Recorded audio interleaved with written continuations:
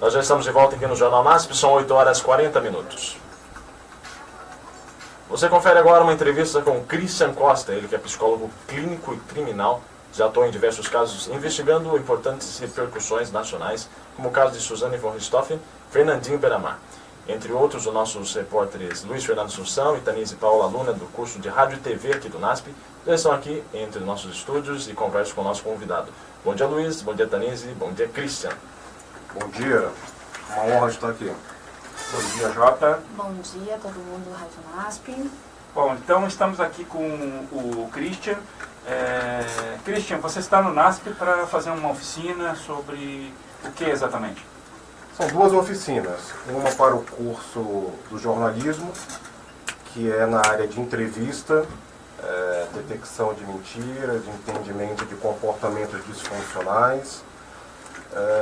Temos um também voltado para o público do direito, que é voltado ao entendimento da maturidade criminal, tribunal do júri, o crime patológico no tribunal do júri, especifica modalidades de crime, cena de crime, autoria, gravidade, relevância, comportamento cruel, isso como é relevante para o tribunal do júri, para o sistema penitenciário. Tem que ficar com... Christian, as pessoas têm a mania de falar que psicopata é uma doença mental. Isso é verdade? Não. Isso é um mito e é um grande problema para o Brasil. Porque no momento que eu entendo que o psicopata é um doente, eu trato como doente. Eu trato com uma série de peculiaridades que não são condizentes com a sua característica, com a sua formação de personalidade.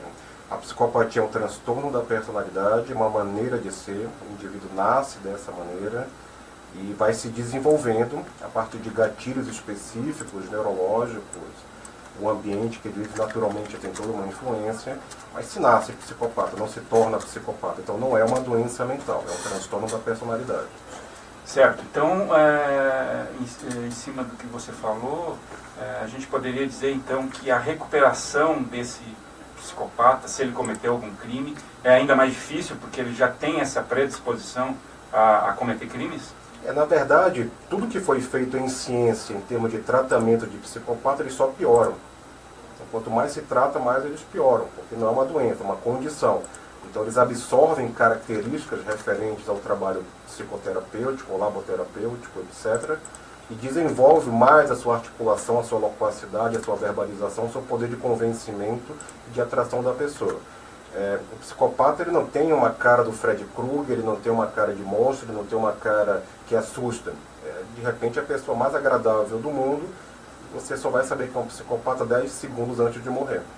Certo. Então, eles escondem bem a sua característica. Totalmente. Eles têm uma máscara social extremamente eficiente. Bom, temos alguns casos aí no meio policial, né, de bandidos famosos, né, e violentos, né, não sei se enquadrariam como psicopatas, mas enfim, tem o Picadinho lá, né, que aliás está para ser liberado, não sei se já foi liberado, depois de muitos anos na cadeia por ter esquartejado 2 pessoas, né. É um caso típico ou não? Esse caso do Picadinho lá. O Chico Picadinho, inclusive, eu avaliei ele agora em novembro. O Ministério Público solicitou um laudo meu com relação à periculosidade, com relação à estrutura de personalidade dele. Naturalmente, por questões éticas, se eu fosse um advogado, um delegado, eu poderia narrar tranquilamente todo o procedimento. Mas na condição de psicólogo criminal ou de psiquiatra, eu não posso narrar minhas conclusões de laudo. Mas eu avaliei agora em novembro, na cidade de Taubaté, e é verdade, ele está em processo de saída. Sim, temos outro caso famoso, até não sei se você lembra, do bandido da Luz Vermelha, né, que ele ficou, acho que 40 anos preso, sim, detido, e aí ele foi libertado, foi morar no sul do país, lá em Joinville, e acabou se envolvendo, já idoso ele era, acho que tinha mais de 60 anos, se envolveu numa briga e foi assassinado, né, pela pessoa que ele morava na casa. Quer dizer, ele passou 40 anos na cadeia e voltou novamente e discutiu, brigou e acabou morrendo. Sim, É um caso típico também de, sim. de não recuperação, vamos dizer assim? Sim, não. Uma vez tendo a condição de psicopatia, ele vai morrer com essa condição de psicopatia. Não, há um retrocesso do comportamento, da maneira de ser, da maneira de atribuir convicções ao mundo, de se relacionar com o mundo, com as pessoas. Esse é um comportamento que se inicia visivelmente, mensuravelmente, a partir dos 7, 8 anos de idade, meninos, por exemplo. E meninas entre 11 e 12 anos de idade. Certo. E aí eu lembro, então, aquele menino que gosta de jogar o gato lá para cima, para ele cair, quebrar o pescoço no chão, ou gosta de fazer o gato sofrer, tem já alguma tendência à psicopatia, então? Bom, esse fato isolado não é uma tendência, pode ser um transtorno de conduta que se desenvolve ali até os 18 anos. O diagnóstico de psicopatia, transtorno da personalidade, normalmente é dado a partir dos 18 anos de idade. No entanto, percebe-se na avaliação de psicopatas que na infância, sim, uma das características é maltratar pequenos animais, o que seria o óbvio, o comum de crianças tratarem bem seu bichinho de estimação, cuidarem, protegerem. Eles já efetuam, realizam atos de crueldade, proporcionando dor ao animal e tendo prazer com isso.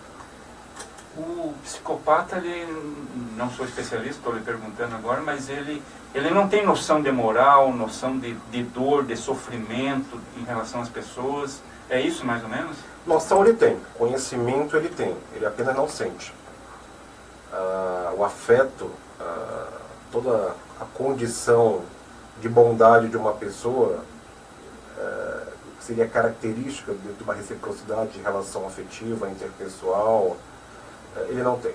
A empatia, que é importantíssimo para o desenvolvimento da formação da personalidade, para a condição de perdoar, para a condição de se colocar no lugar do outro, de perceber o outro, não como inimigo, mas como alguém com características específicas que vão falhar comigo em algum momento, ele não tem essa empatia. Ele tem, é a total impossibilidade de ele se colocar no lugar do outro.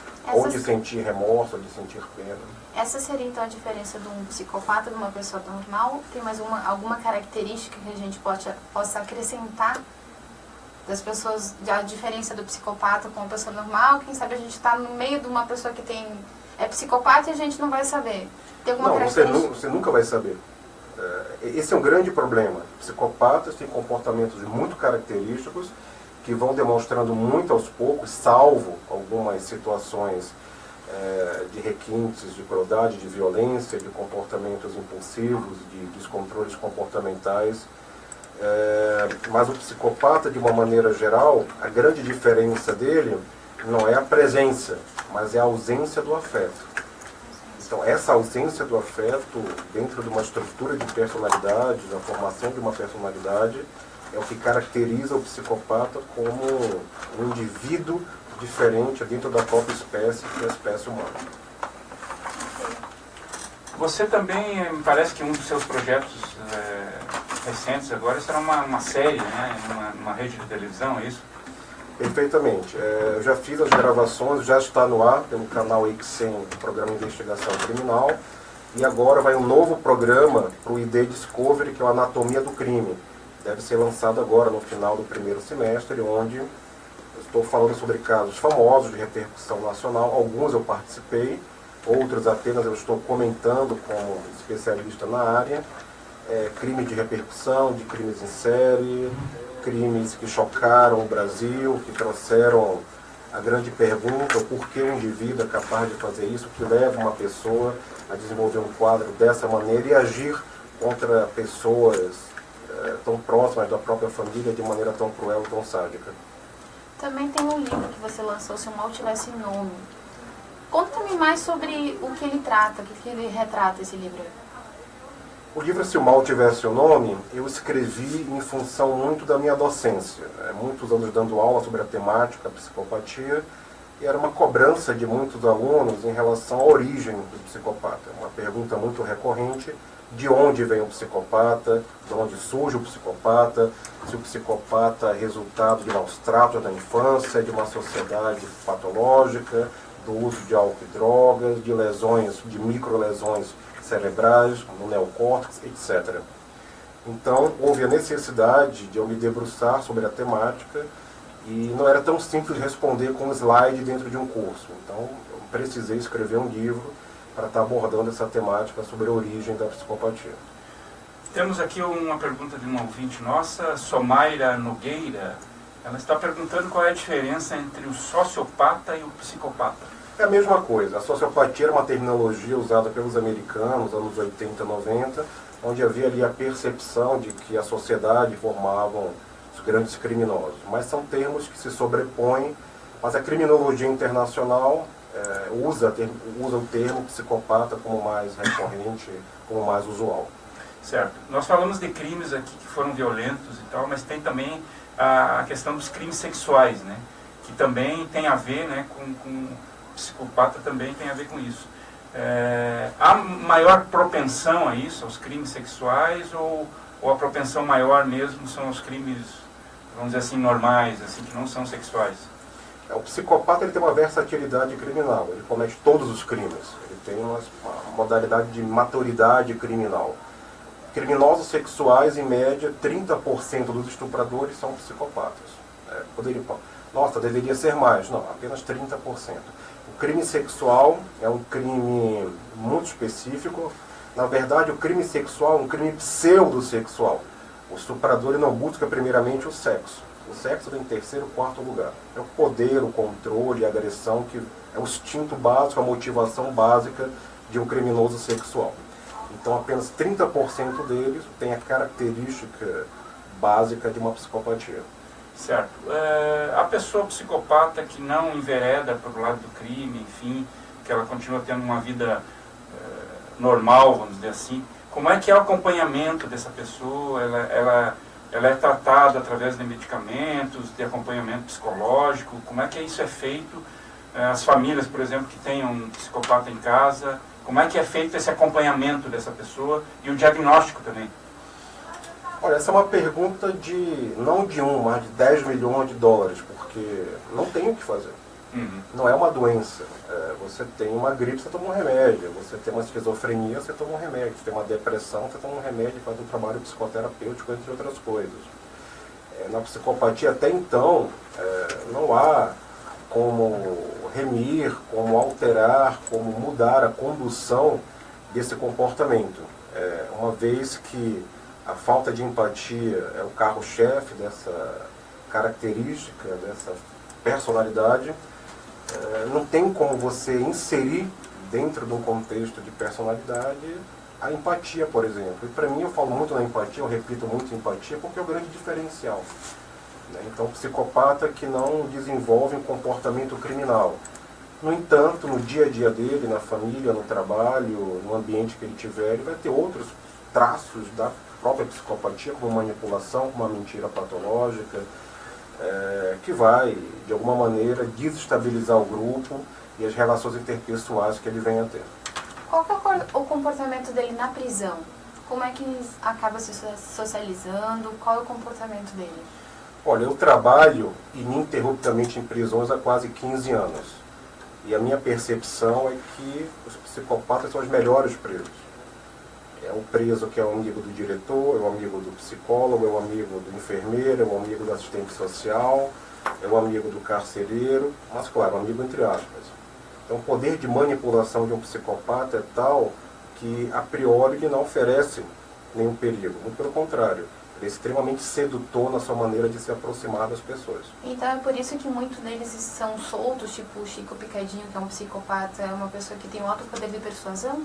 Na verdade, com relação à soltura, não é em função da personalidade, é em questão da nossa lei. A nossa Constituição tem como cláusula pétrea que não podemos ter prisão perpétua nem pena de morte. Então todos vão sair, independente se é o Chico Picadinho, independente se é o maníaco da cantareira, o maníaco do parque ou o estuprador da esquina. Todos que cometem crime no Brasil vão sair. E o grande problema é que a nossa reincidência no Brasil é de 80%. Temos em média quase 700 mil presos no Brasil. E todos que saem, todos os dias, ou fugindo, ou por liberação legal, por cumprimento da pena, autorização do judiciário, 80% voltam a cometer crime. Então o Brasil é um dos países mais violentos do mundo. Em relação a crimes sexuais, só empata com a Índia e a África do Sul. Nós somos dos países mais violentos e um dos países que mais possuem crimes sexuais no mundo. Isso, os notificados. Em média, entre 90 e 130 mil casos por ano notificados. Você pode talvez triplicar isso das crianças, adolescentes e mulheres que não vão a uma delegacia fazer a denúncia. Em função de vergonha, sim.